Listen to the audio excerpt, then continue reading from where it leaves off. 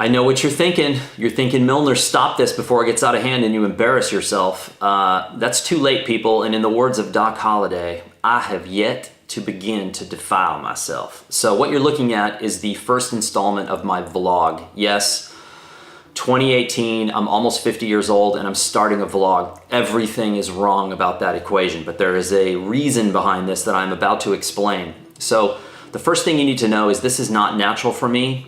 I did not want to do this. I don't understand what I'm doing. I've got a Fuji X-T2 on a little tripod with a shotgun mic. I have no idea what this sounds like. I don't know how to edit it. I don't know anything about post.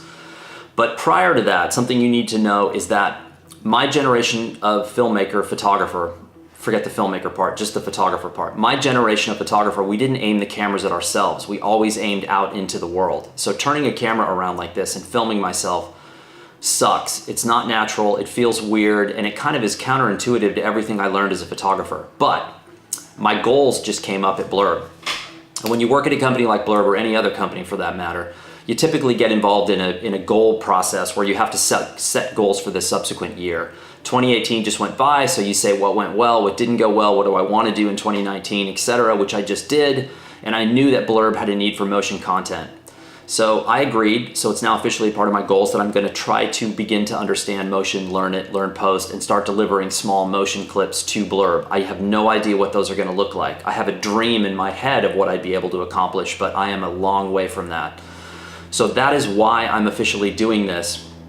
The title of this vlog is going to be For What It's Worth, and the reason I like that is that it's vague, because I don't know what I'm going to be recording and vlogging. It could be about me climbing a peak somewhere, it could be about me talking about books and photography, it could be I have bike grease on my hand, it could be me working on a bike, which I'm doing right now because I'm about to do something really stupid on that bike, and next year I'm going to try to do something that's even stupider on that bike, and I might vlog that as well, I don't know.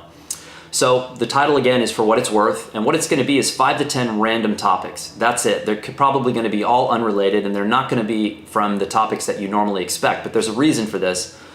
I've had a website now for many, many years and a blog, and so people have been following me. I get a lot of questions about things that are unrelated to the topics on the blog, and that's more of what I'm going to cover here. So there'll be some overlap, but a lot of the topics are going to be sort of out of right field. So we're going to practice today. We're going to start with 5, and the first one of those is politics.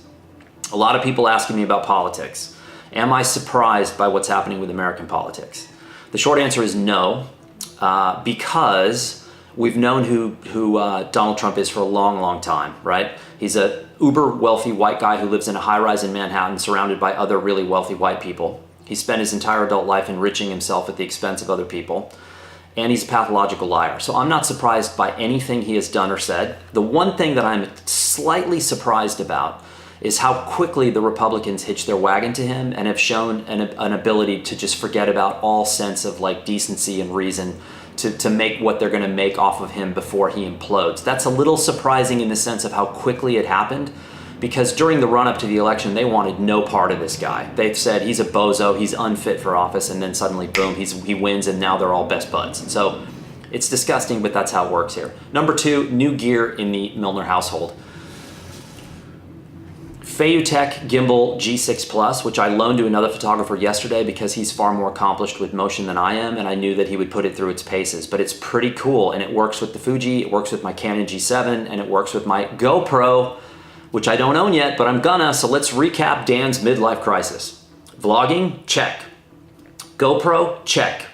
Drone, maybe, check. Might as well, right? The world is saturated by millennials with drones, right? So perfect time for the old guy to get involved. So that's the newest gear, I think. I don't think I have anything else. I don't know. If I do, I'll come back to it later. My latest project, number 3. Latest project is fantastic. I cannot wait to share this at some point, but I can't share it now because it's too early in the process. But it's a 3-part thing. It has a human element, it has a nature element, it has a technology element, and it's from a subject matter that I never thought I would be interested in.